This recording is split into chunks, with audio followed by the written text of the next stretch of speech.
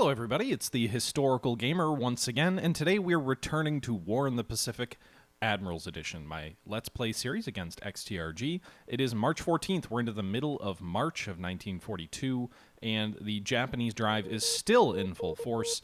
The Japanese, as you all have already known, have pushed way further into the South Pacific than they did historically, but they have not kept up with their historical timeline in the Dutch East Indies, where Singapore is still now more than a month, or I think exactly a month. They surrendered, what, on February 15th? So almost more than a month past its historical fall-by date. Palembang has not yet fallen. I can't remember if that fell historically by now or not. The Japanese have not landed on Java, which I think they're supposed to do in the next week or two to keep up with history. Borneo was behind schedule, although they pacified most of Borneo. You can see here they're landing on Tawu right now. I'm not sure how to pronounce that, but it's a British colony on eastern Borneo. And that's the situation right now in March 14th, 1942. So we'll move into the daytime phase, and we will see what happens. Thank you, Charcoal. So Java was historically invaded on March 1st of 1942, so they're about 2 weeks behind at least there. Do you guys remember when was the Battle of... I guess I could look it up, but it's hard to do so while streaming. There's some Japanese subs firing torpedoes at a destroyer of ours off the coast of Australia. I'm more than happy if they want to waste their torpedoes on destroyers. You're not going to get, like, any hits there. And better them than merchants, although we don't have many merchants moving around the Coral Sea area. The Battle of the Java Sea, when was that?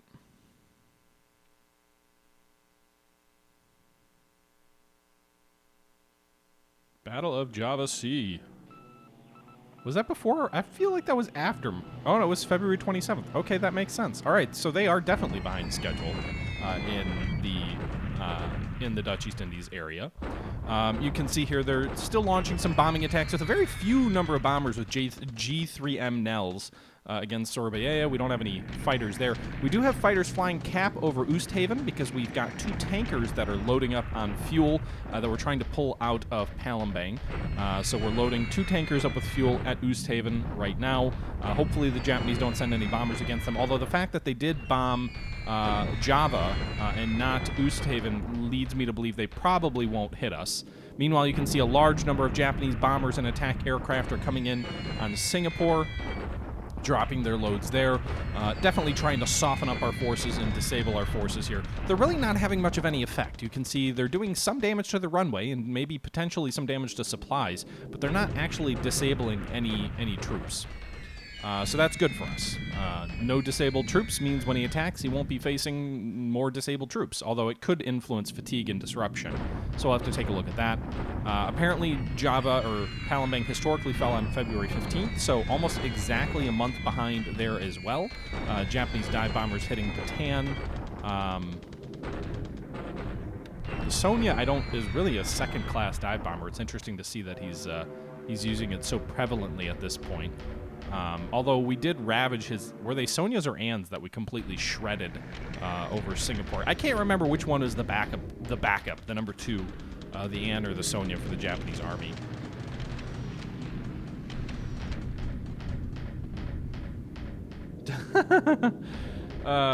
Speaking of Pentagon Wars, Sean Mack, I wanted to do like I was debating after the stream doing a... Twitch stream. What do? They do like watch parties where you can stream a movie through Amazon Prime and watch it. But apparently it is available through Amazon Prime, but only like Amazon Prime via HBO. So it's not eligible for watch parties, which is kind of depressing. I have watched Pentagon Wars. It is a very funny movie. And even though I know it takes liberties with the history, it may not be a good history movie, it is certainly enjoyable as someone who works on big, complex projects in my daytime job to watch that, because even if exaggerated, it is amusing and speaks to some bigger truths, I think, that come with large, complex projects. Again, even if some of the historical liberties are taken. Thank you for the bits there, Lycogeman. That's appreciated. And Treefellow, thank you for the follow.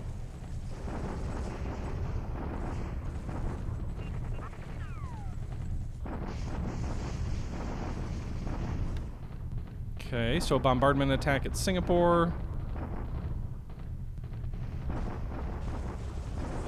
What are you trying to tell me, Newhauser?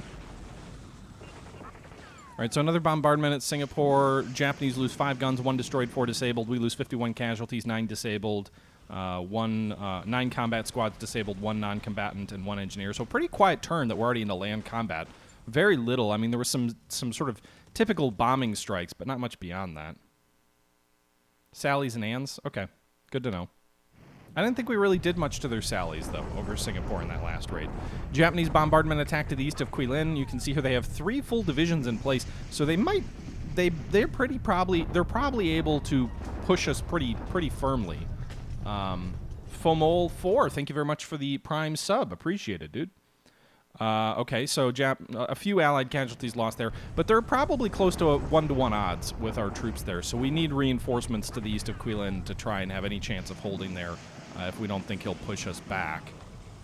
Which I do have reinforcements on the way, by the way. We've got a cavalry corps, and we might send an infantry corps that way as well, although they probably are at least 3 or 4 days away. It does lead me to believe maybe I should try and pull my troops west to that hex before they face a bloody attack that limits their ability to help defend in a few days. But the other part of me says I should hang out there as long as possible until he pushes me out, and I'm not really sure which is the better approach. Meanwhile, Japanese deliberate attack at Palembang on the oil center, the largest oil-producing facility on the map, at least that Japan can realistically take. I think the U.S. East Coast produces more or something like that to represent the U.S. being the largest oil producer in the world, but not really seizable by Japan. You can see he's got a whole bunch of Naval Guard units. He's got an infantry regiment, an SNLF unit, mostly Naval Guard units attacking with an infantry regiment in support.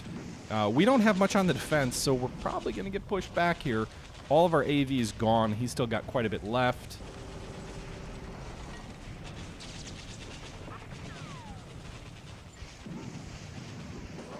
Sean Mack, I think the F-35 will be similar to the Bradley in that it will turn out as an amazing aircraft that sort of changes the way that that fighters and multi-role aircraft are used as technology is advancing to incorporate drones and other things like that.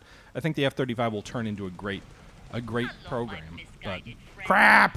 Palembang has fallen. No.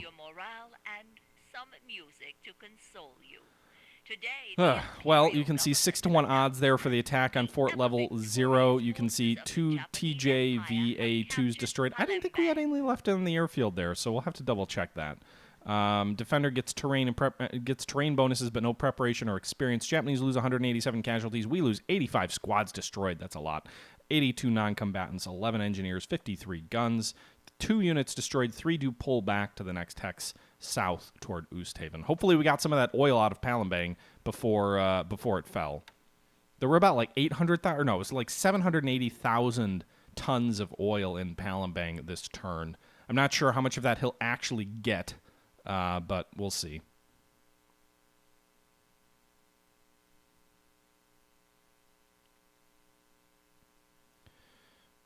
Doobie-doobie-doo. God damn it. I hope we trash the refineries, too. I don't know if I'll know if we trash the refineries, because we haven't done any recon over them.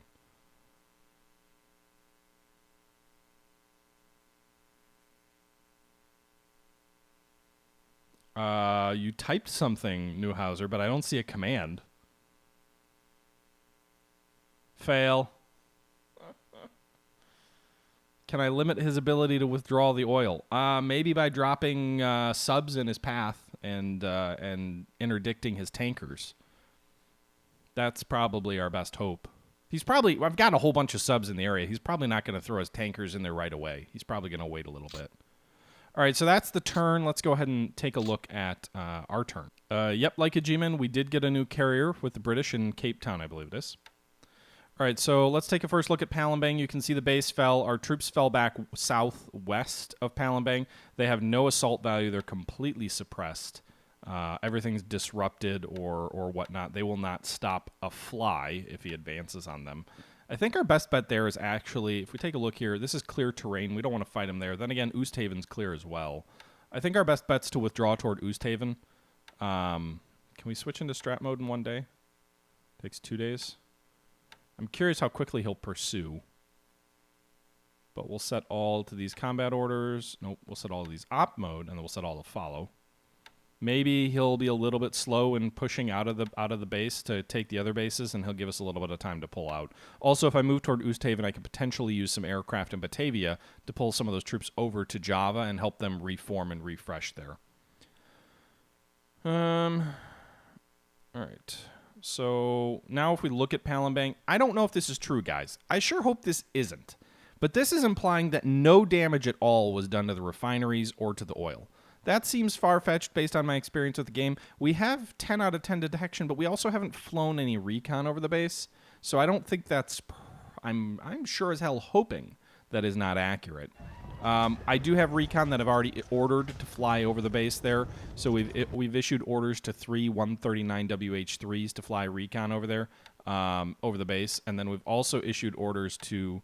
we've got one bomber north of there, Djambi, an L-212, to fly recon over Palembang as well. So hopefully we get a little bit better of an understanding of what the actual situation is there, because usually when the Dutch are pushed out of Palembang, they do a pretty good job at trashing the refineries at Palembang. We had far fewer troops at Miri, and when he pushed us out of Miri, at least according to our latest intelligence, we destroyed like not quite 2/3 of the oil producing and refining capabilities of Miri. The number in the parentheses represents the damaged, and the number in the solid number represents the functioning. Now that's a little bit out of date, but just for a point of reference.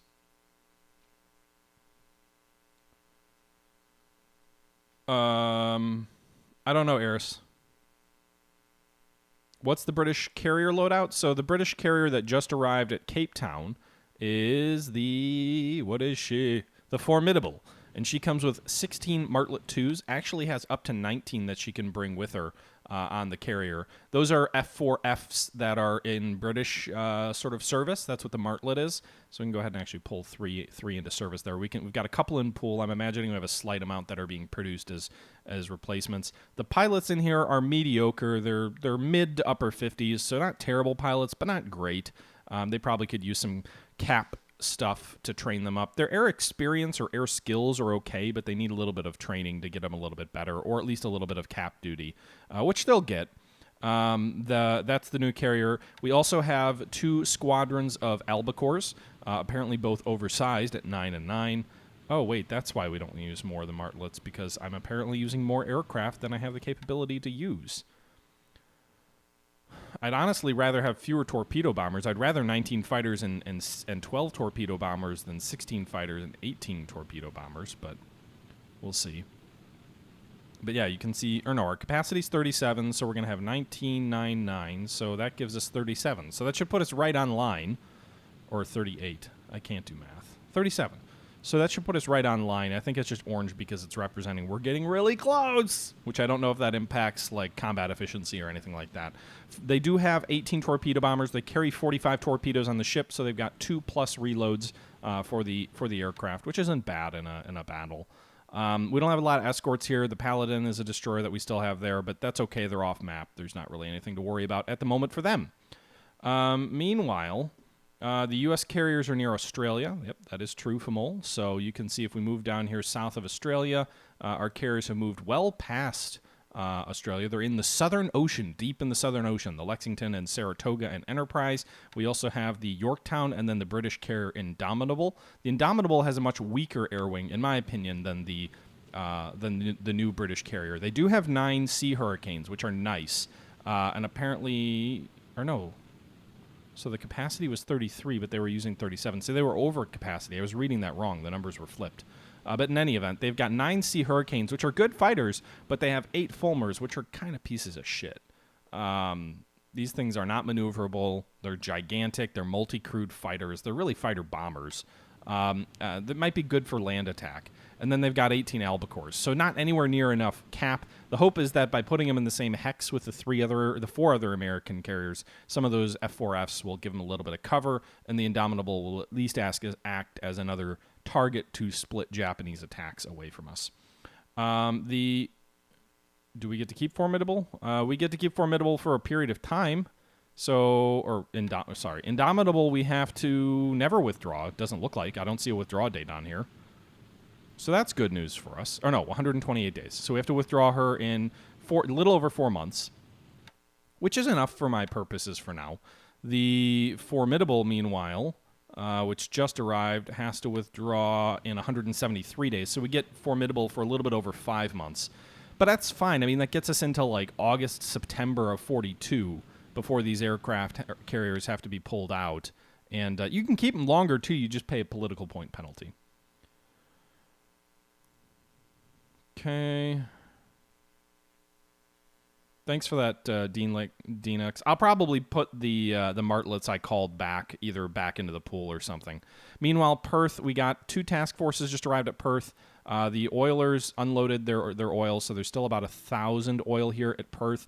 The other 5,000 oil that was unloaded there has been transferred via rail to Melbourne. You can see we've got 4,000 oil at Melbourne feeding that refinery there. Won't last long. I think that's going to be about 5 days of refinery production, but it'll at least help Australia build a little bit of fuel and supply through the refinery. Meanwhile, we're unloading 5,000 fuel here that came out of the Dutch East Indies, the De Ruyter, another Dutch East Indie cruiser, and the Nestor, a destroyer, which successfully escorted the tanker all the way down from Tigilap.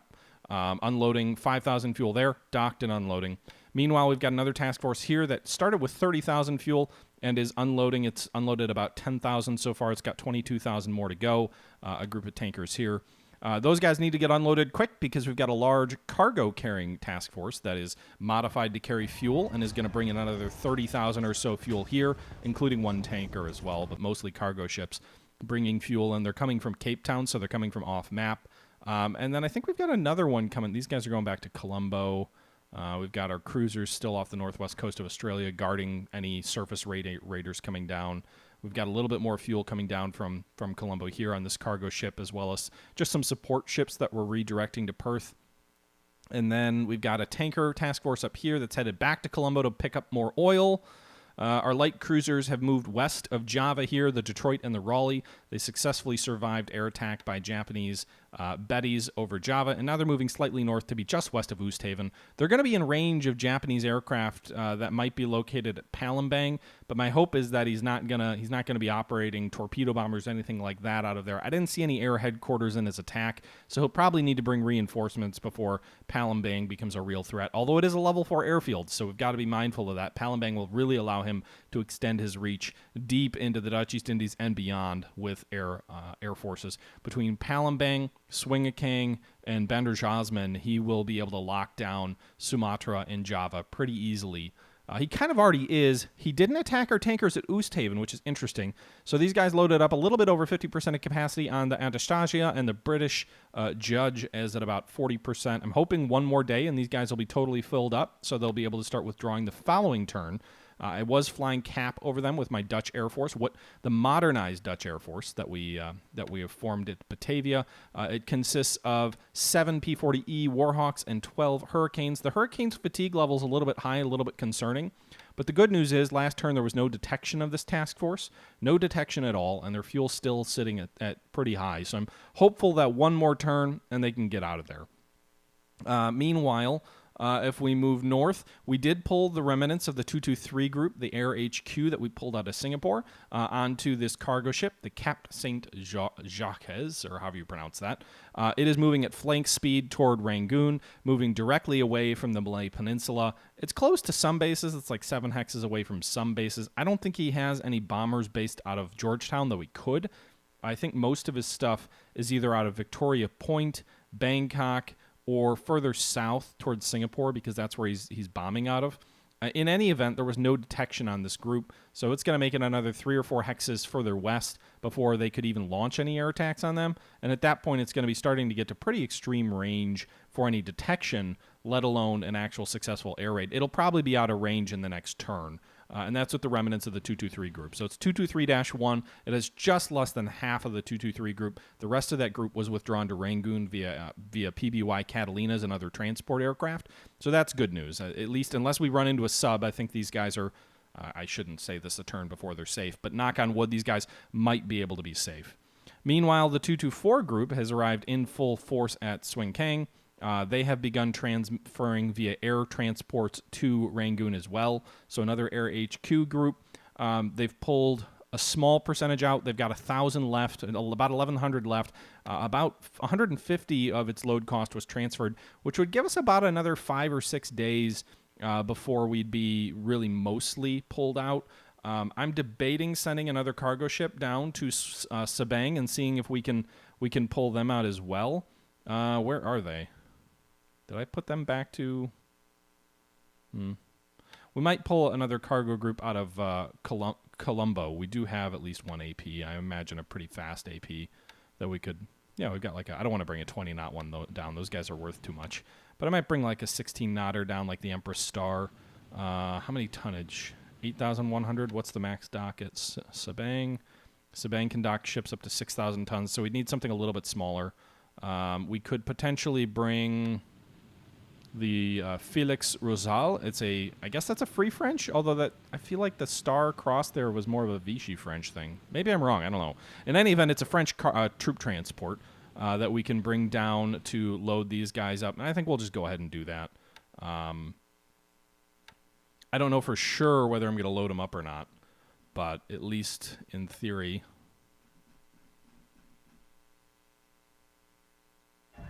Where is the ship? There it is. In theory, it is an option I want to keep open, so we're going to send it down to Sabang as well. Although it's going to take probably about enough time to get that group out of there as it will to get that transport ship down. So we'll see. I did also start doing one other thing here. I started pulling out another unit to Medan because I've got a bunch of transports at Medan, but I don't have the range to pull directly from Sabang to Rangoon with some of these transports, like the DC-2s. Their range is too short, and the Dutch PBY-5s are not allowed to transfer out of their air HQ. They can pull into their air HQ, but they can't pull out of their air HQ. And so these guys are all pulling the Indian 5th 14th Punjab Battalion. The reason I'm pulling that battalion out is it's largely disabled. They're largely not combat effective, so they had like 3 or 4 Indian units that were still combat effective, but the vast majority of their units were all unable to move. And so my thought process was if I pull out units that are not adding any combat value, then it might actually be some way to get a little bit more in the way of Indian infantry squads into Burma for the campaign that will for sure occur in Burma. And they're not going to do anything other than act as bullet sponges, which frankly I think I have enough of right now in Singapore. So we've begun pulling the 5th 14th out. You can see they still have about 795 left of their unit that is still there. Sabang has the 2nd and the 1st detachments at Medan, so we got about 288 out to Medan. They're switching over to strategic mode to move to Sabang. We got about 48 combat load into Sabang, and they're sitting there waiting to transfer. And then I'm hoping the remaining 26 infantry sections here can be transferred, even though they're disabled. We'll see. I'm not sure how that works. The infantry sections and the support can be moved. The motorized support won't be able to, so we won't be able to pull the whole unit out. But that's my hope anyways. We can get, we have enough support and motorized support in our pools. It's the infantry sections, the Bren sections, the mortars. That's the kind of stuff we don't get enough of. Okay, meanwhile, let me catch back up with the chat here. General Chase 23, thank you very much for the sub, the prime sub. Dnicus 10 and Stereo Gimmick, thank you for the follows. And let's check in with the chat real quick. Any plans to use the U.S. carriers to strike Japanese targets, or are we waiting for the Hornet? The Hornet is around. So, Famal, I did use the carriers in a raid against, was it Tarawa or was it Kwajalein? I don't know. We sank a couple of Japanese light cruisers in a raid a couple of months ago. As far as the carriers, we also used them to ambush Japanese bombers over Singapore to great effect. That was a couple of weeks ago. I'm not actually sure what we're going to use the carriers for next. I mainly want to get them hopefully into an area where they're a little bit radio dark, where the Japanese don't know where they are, and so they have to start reacting accordingly. We do have 5 carriers here. We have a 6th, the Hornet, that just arrived, and we have a 7th with the British as well. So we are starting to get up there in terms of our ability to potentially combat the Japanese. There's still some game mechanics that work a little bit against us, but it is something that we can start considering or at least thinking about. Oh, man. Just got a runny nose out of nowhere. That's how the streaming sausage is made. No, I'm just kidding. Okay, so these guys, gosh, these Dutch light cruisers are always out of fuel. These are probably not good to operate with carriers. Their fuel capacity is just too low.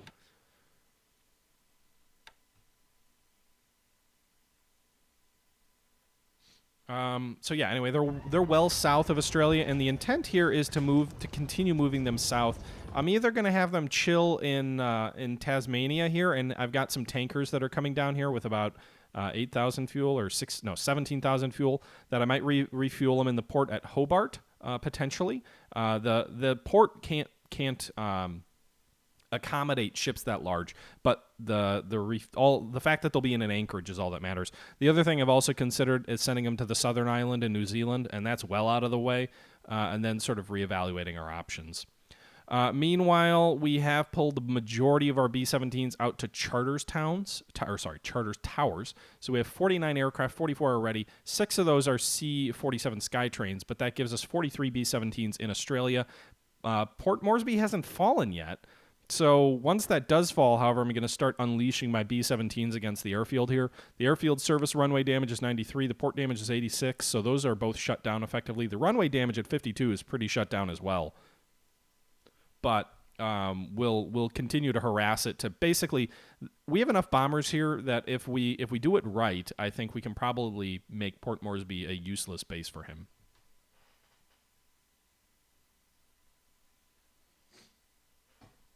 Okay. All right, so meanwhile, not a lot else went on this turn, guys. I mean, I did some changes with my fighter training regimens, which I think is important, but I don't really have a lot else going on. I mean, we showed the carrier. The forces in Burma, we've got one Burmese, one British division, and we have an Indian division about to form. The 48th Gurkha Brigade, 63rd Indian Brigade, and 16th Indian Brigades will form into the 17th Division, but not yet. So they have to, one of these units just arrived via rail. It was the 63rd Brigade just arrived via rail, so it's going to take 3 days for them to basically unload all their equipment from the rail cars so they can form into the division. Okay.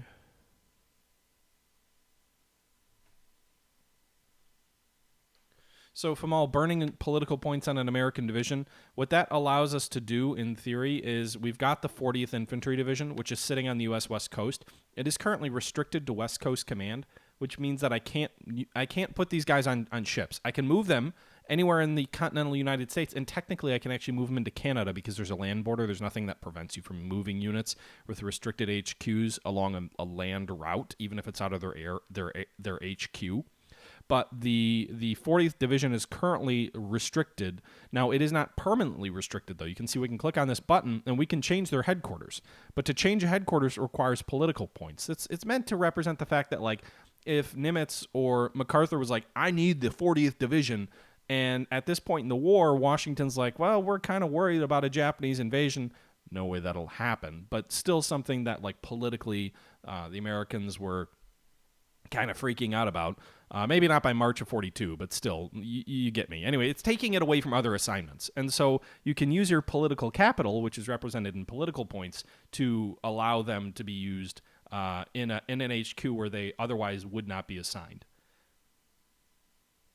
Now, that does have some, you have to manage that. So, like, if I want to replace admirals, if I want to replace Halsey or Spruance or other commanders like that, that also requires political points. It's basically to represent your ability to influence higher-ups and reprioritize assets. So you get, I think, 50 political points a day. You can get additional political points for other things, like allowing troops that you have that are supposed to be withdrawn from your theater, saying, listen, I don't need these early, can also get you some extra political points as well.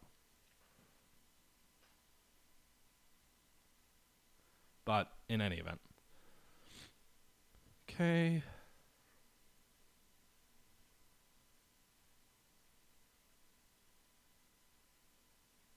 I'm not really sure. So I know we haven't been going very long. We've only been going about 40 minutes. I guess we can check in on China. So China, not a lot has changed. We did get some troops south, so one additional corps got to this hex, 2 hexes south. of Sian, so that brings the defense up here to 1900 assault or value. Meanwhile, we have 2 more corps that are moving south of Sian. One is going to be moving east. That's the 211 assault value, the 4th Chinese Cavalry Corps. They're going to be moving east to join these 3 corps in the mountains east of Sian. And these guys currently have about 900 assault value. They're up against, I think, about, well, I estimate there to be 2. We saw 1 for sure. I'm estimating there to be 2 Japanese brigades here, so probably around 400 Japanese assault value. They outnumber them comfortably. The terrain would prohibit an attack. We would lose too many heavy casualties, but likewise, the Japanese are highly unlikely to counterattack us and drive us from this hex. The situation here is likewise similar, so this is a ×3 defensive hex. If we take a look here, it's a WR, which is a ×3 defensive hex. So we get that. Also, these troops have started to dig in, so if we check their fort levels, some of these guys are already at level 1 forts. So these guys are in good terrain, good defensive bonuses, and they've got 320 assault value coming as well. So they'll be at around just shy of 2,300 assault value, which means the Japanese, to easily overwhelm them, would probably need to bring 5,000 plus assault value to the theater.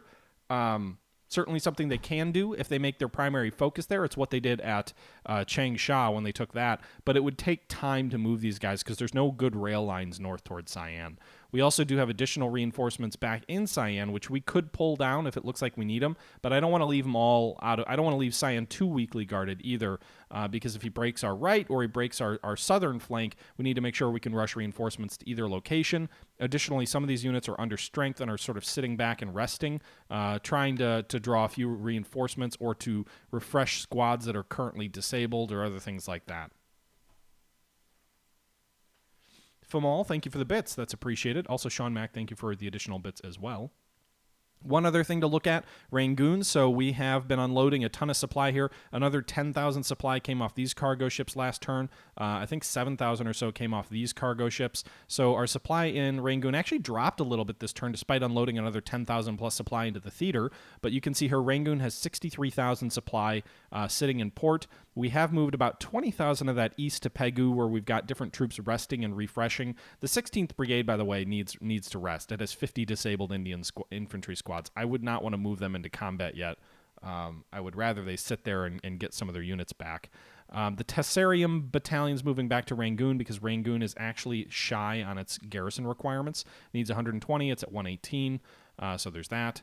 We are drawing reserves into this 107th Base Force unit, although maybe we shouldn't. I don't want to spend infantry. Oh, I guess they're going to stay militia in any event. But I am trying to get this guy upgraded to a radar when we have one available. We've got one radar currently in Rangoon to help detect enemy incoming airstrikes. This Base Force unit can upgrade to a number 1 Mark 1 GL1 radar as well. Currently, it's depending on sound detectors, which aren't as great. We have additional reinforcements coming into Rangoon. So we have another, where are they? 1,000 troops are coming down to Rangoon from Chittagong. I'm not super comfortable with this. It is nerve-wracking. These guys there's 2 troop transports that are bringing the 223 RAF group south. This is a very valuable unit. It has over 70 aviation support. It is needed badly at Rangoon because we've got 150 aircraft and only 100 aviation support. So they are definitely needed, but they're coming south and could, in theory, be hit by enemy air attack.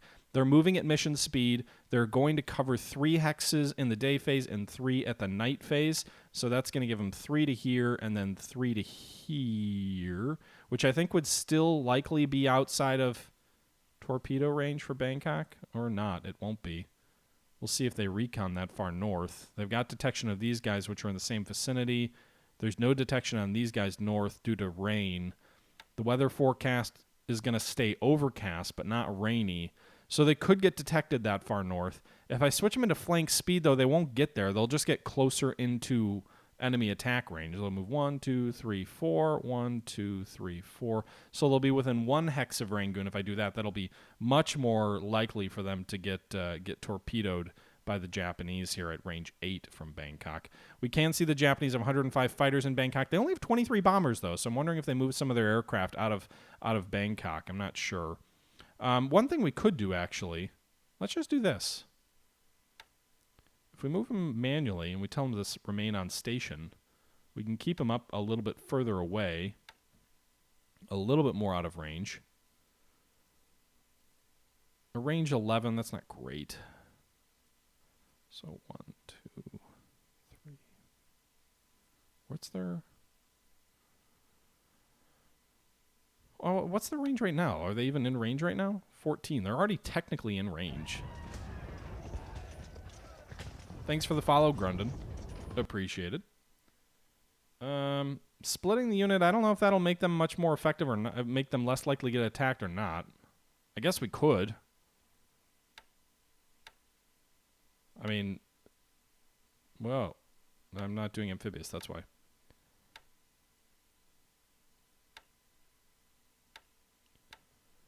We could do that. And just kind of continue them on the path. Although that could, I mean, I certainly don't want to lose one of them either. I don't want to lose either of these transports. Okay. In terms of SIGINT, I have not checked that yet this turn. So you can see here, we're checking the SIGINT right now. Signals Intelligence, for those of you who might be unaware. Some units, it looks like the 4th RTA division is located at Molman. It's a fraction of the 4th, which is interesting. We'll take a look at that in a sec, because we were looking at potentially launching an attack on Molman. Meanwhile, the 2nd Air Division is located on transports moving to Kuantan on the Malay Peninsula. Some units located in Shanghai. What the hell?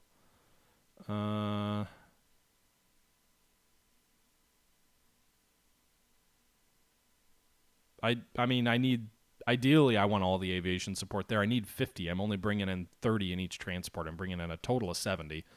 So yes, I would say I do need it. Patrol gunboats moving to Ominato. Not a ton of great detailed information in this SIGINT report. Molman, meanwhile, appears to have... He had 2 units there before. Now it's showing 3, but I don't think the manpower went up, so maybe he's just trying to confuse us by splitting the division to make it look like he has more men there.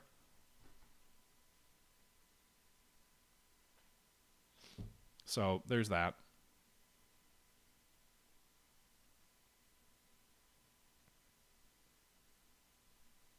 Hey, Neuhauser, I might need less if all my aircraft get shot down.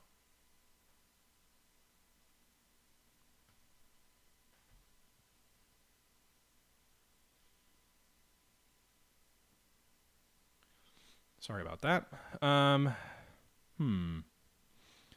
did move a few aircraft. I moved 1 Hurricane group to Pegu. It's doing long-range cap over Rangoon. It's currently set to 19 fatigue, so I'm actually going to... That's pretty high for them. I'm wondering if we should lower that a bit. That's a good group there. They got a lot of experienced pilots, though. Part of me wonders if I should pull some of these, like, 75s out into the reserves, or some of these 60s out into the reserves, and replace them with replacement pilots that aren't as good, but just to keep them safe.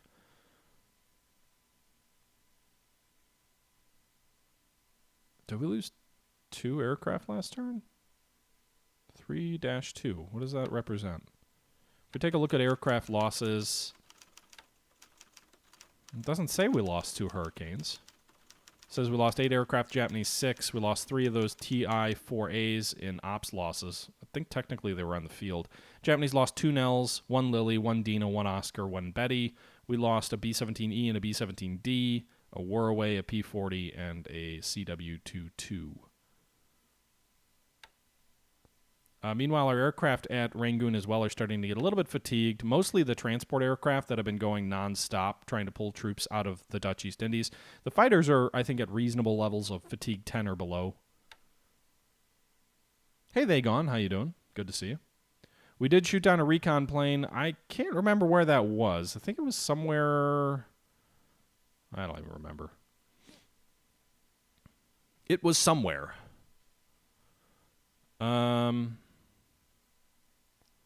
Wildebeests. Buffaloes. We could upgrade these buffaloes to Mohawks. Soon, anyway. Or Hurricanes. Apparently we've got Hurricane Trop 2s. We've got 12 of them in this pool for the British.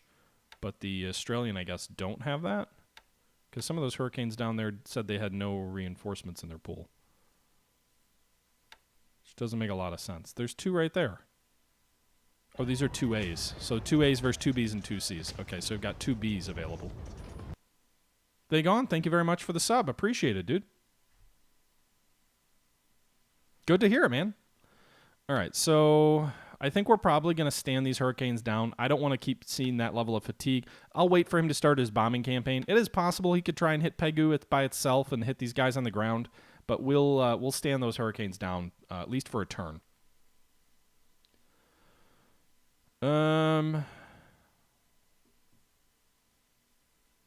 Meanwhile, in China, so we've got these troops here, which the Japanese have 55,000 troops in 4 units and 282 guns facing these 2 corps. So that's not a great situation. They do have ×3 defense. Based on the artillery bombardments, it looks like we might be at roughly 1-to-1. I don't want to fall back to Quilin because that's only a ×2, and it's currently only at level 3 forts. I'm trying to get that built up. I am ordering the 3rd Chinese Corps to move east. They still have another 138 miles to go, so 46 to... Wait, that doesn't make sense. East. Oh, no, they're going 2 hexes east. That's why. So, yeah, they've got 136 more miles to go to become reinforcements here. Meanwhile, I've also ordered the 66th Chinese Corps, which is a very good corps with 436 assault value, 412 infantry squads, a good amount of anti-tank guns, 36 of them, 52 82mm mortars, 6 75mm field guns. I'm also ordering them east as well. I think the realistic meetup point is here, northeast of Quilin. The only question is whether I should start pulling these troops back or not.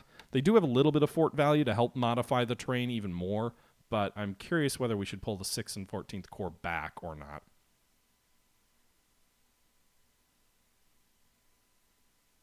The 1230 cals are on the Hurricane B. Good to know. Is it better or more realistic than Hearts of Iron 4? Ooh, boy. War in the Pacific is not a real-time game, so it's played by turns. Every turn represents 1 day. It is way more in-depth than Hearts of Iron. I will give you that for sure. In terms of realism, I don't know what that means, to be honest. And I'm not saying that to be snarky. This is the most detailed war game that looks at the Pacific War. Every single hex here is 46 square miles. Just look at the frickin' size of this map. This is just India. You got to click like that. It's huge. It represents industrial production. It represents literally everything you can think of. It doesn't include fuel, or food, but it does that. It does that sort of abstracted into supply. So you've got supply, you've got fuel. Supply are sort of bullets, bombs, and what you eat. Fuel is how you power ships. It's got resources, which you can use factories to convert. It's got oil, which can be used to be converted via factories. The Japanese have to manage all of their detailed production. The Allies don't really have to because most of their production is off-map. You've got to run dozens and dozens of convoys of dozens and dozens of ships. Every single ship down to literally like tugboats in the harbors are represented. You've got auxiliary miscellaneous, auxiliary merchants, minesweeper, coastals, cargo ships, yacht patrol. Like, this game is a little bit over the top in terms of its representation of the theater, but it is certainly unparalleled. I don't think Hearts of Iron has politics involved. This does not. This is just World War II in the Pacific. So, it's everybody is sort of the judge of what they're looking for in the game. I'm not going to tell you it's better or worse. It is its own thing. I think it's just in the way that Hearts of Iron is very unique compared to a lot of games that people try to compare it to. I think War in the Pacific is very unique as well.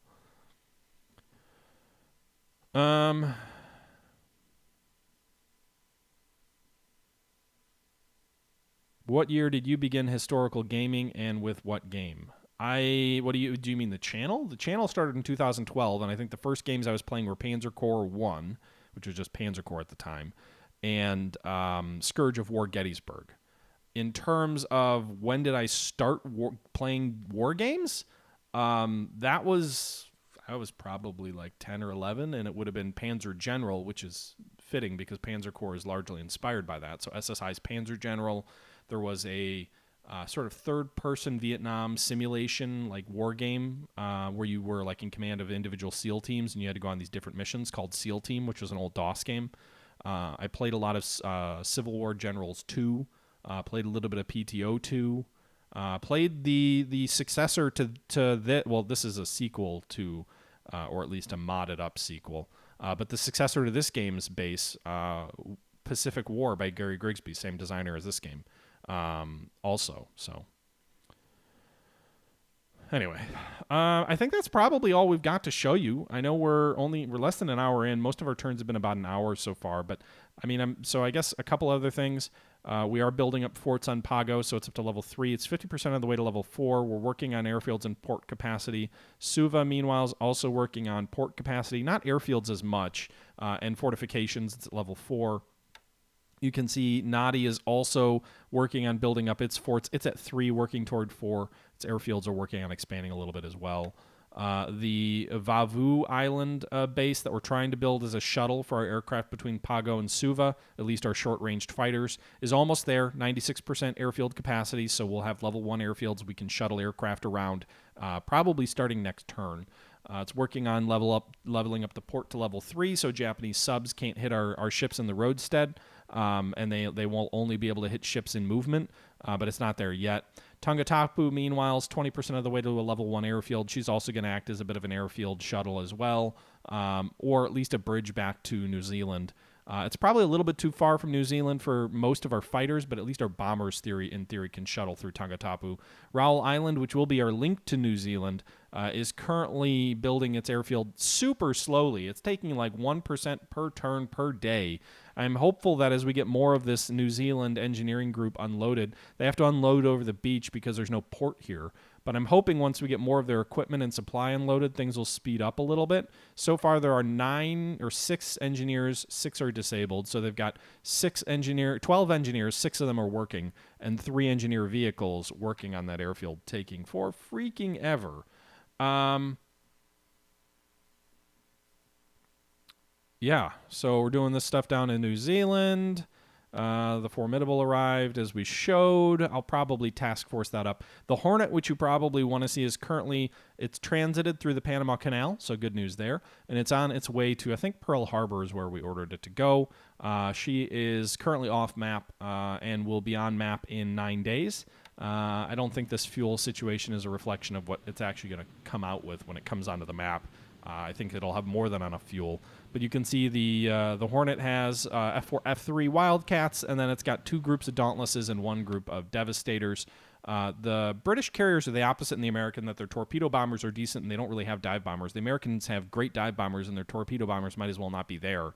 But you can see that's our fighter situation. If we take a look at the pools, we're building up a little bit of a pool of F4 Wildcats. We've got 21 of them in pool. Some of our air groups use different Wildcats, though. I think some of them use the F4 F3, some of them use the F4 F4. So ideally, we'd get some of these guys upgraded, but we'll see. I think we have some F4 F3As as well. I don't really think their combat potential is all that dramatically different between the different fighters, though, looking at the stats. Yeah, P. Warner, this is definitely not a mass market game. I think the way to think about this game, and I've said this several times, is that there are board games that are made that are like ultra detailed war games where people set the board game up and it takes up their entire garage and it takes them years to play. Like, there are board games out there like that. There's a Pacific War game out there like that. There's a Vietnam War game out there like that. Thousands and thousands of hours in an individual playthrough. This game is the computer game equivalent to that. The AP in the Auckland yard? I don't remember. How is she looking? She's not there. She's not in the yard. I thought I moved her into the yard. Shipyard 131 days? Good God. It's going to take a while. I probably won't leave it there the whole time. That's inefficient as hell. Hey, if the U.S. torpedo bombers try, yeah, once we get the Avengers, they'll be great. I didn't realize the Americans started phasing out the dive bomber like halfway through World War II even. Like the Helldiver, just a bunch of them sat in lots on the West Coast. Oh, by the way, we've got a bunch of subs in Brisbane, which just got back there. Some of them need to repair. A few of them are in the yard to repair. But most of them will be done in 2 weeks. So these guys all got resupplied because I've got a sub tender in Brisbane or Brisbane. Again, I always toggle between my pronunciations. I'm not even consistent in my mispronunciations. But we've got a bunch of subs here. We'll probably send back out now that they're in port. We also have, if we move back to Java, Batavia's working on level 4 fortifications. It's currently at 62%. Waza, thanks for the follow. They gone also 8 minutes ago. Thanks for the bits. You can see they're at 62%. Hey, if he leaves me there for 38 more days, maybe we'll get to level 4 forts. I'm sure his engineers will drop them day one. But you can see that we've got troops that are sitting up with 920 garrison. I think most of these units are in pretty good shape from a efficiency perspective. Not much in the way of disabled troops or anything like that. I don't think I can disband any of these troops, which is unfortunate. I know, I think it's like a G-Man. You always tell me I should disband units to get more units in pool. That doesn't seem to be an option for the most part for a lot of these units. Or really ever. I pretty much never see that as an option for any units. But maybe that'll be an option for the Punjab battalion when I get them back to Rangoon, because they are just one of those random fragment units that doesn't have a lot of firepower behind them, but they are attached to the 3rd Corps, so I can more easily pull them out. Barrelin Don 11, thank you very much for the follow, appreciated. Yeah, Port Blair is still holding, so it's there. It's doing its thing. I guess we can take a look at some of the ship availability stuff. We did that last turn, so there's not going to be a lot that's dramatically different. The Wasp, you can see there's 87 days away. We've got a cargo ship and a troop transport arriving tomorrow. We've got a Newcastle cruiser in 2 days. 3, blah, blah, blah, blah. Not a lot coming in the next few days. Meanwhile, in terms of groups, so if we take a look at group reinforcements for air groups, in 1 day we'll get some Kitty Hawks in Perth. That'll be nice. We've already got like 48 of them in Australia. I've started a pilot training program for those Australian pilots to try and build up a pool of Australian pilots. A bunch of Kingfishers, which might be assigned to cruisers, are not arriving in the next few days. 6 Catalinas will arrive in Aden, which will be nice. That'll be, if they arrive in time, we'll be able to use them to help pull troops out of the Dutch East Indies. Meanwhile, that's about it. We've got 1 Walrus coming tomorrow, Walrus 2, which is another flying boat.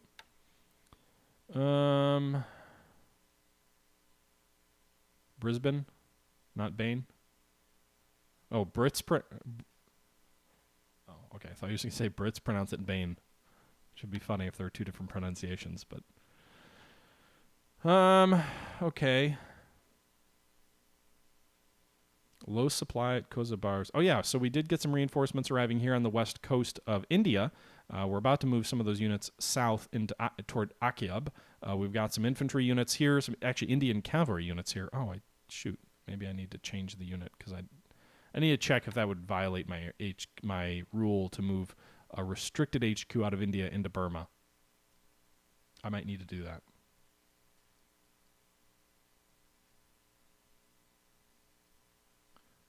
Hamish, what's been slowly killing you? My pronunciations?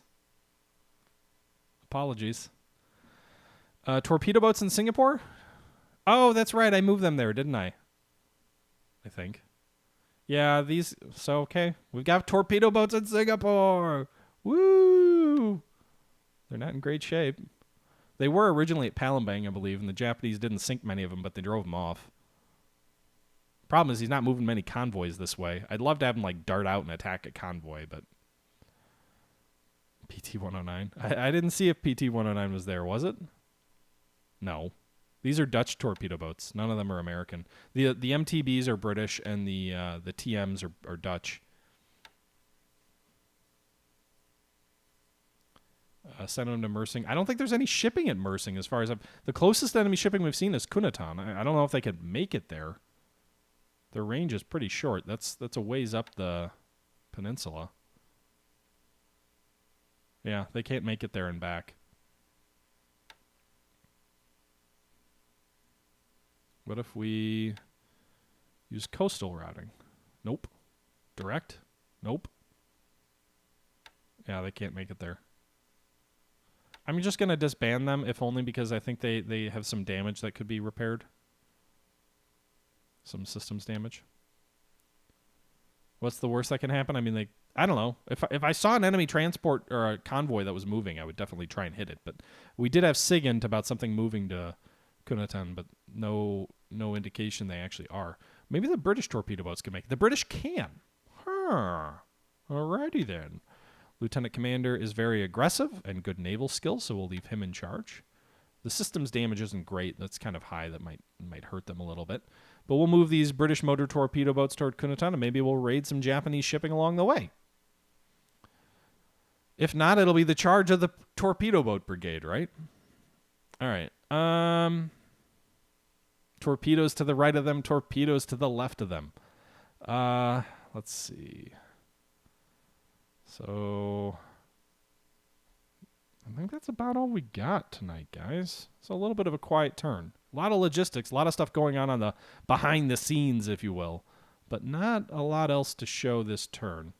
So who knows? Maybe that'll work. That's our gambit for today. He's bringing reinforcements there, by the way, as well. So something we have to be mindful of. But yeah, we'll see what happens, guys. Batan's hanging in there. Doesn't look like he's sending any reinforcements. He has been bombing there. Hasn't really done much to supply. Still 18,000 supply here.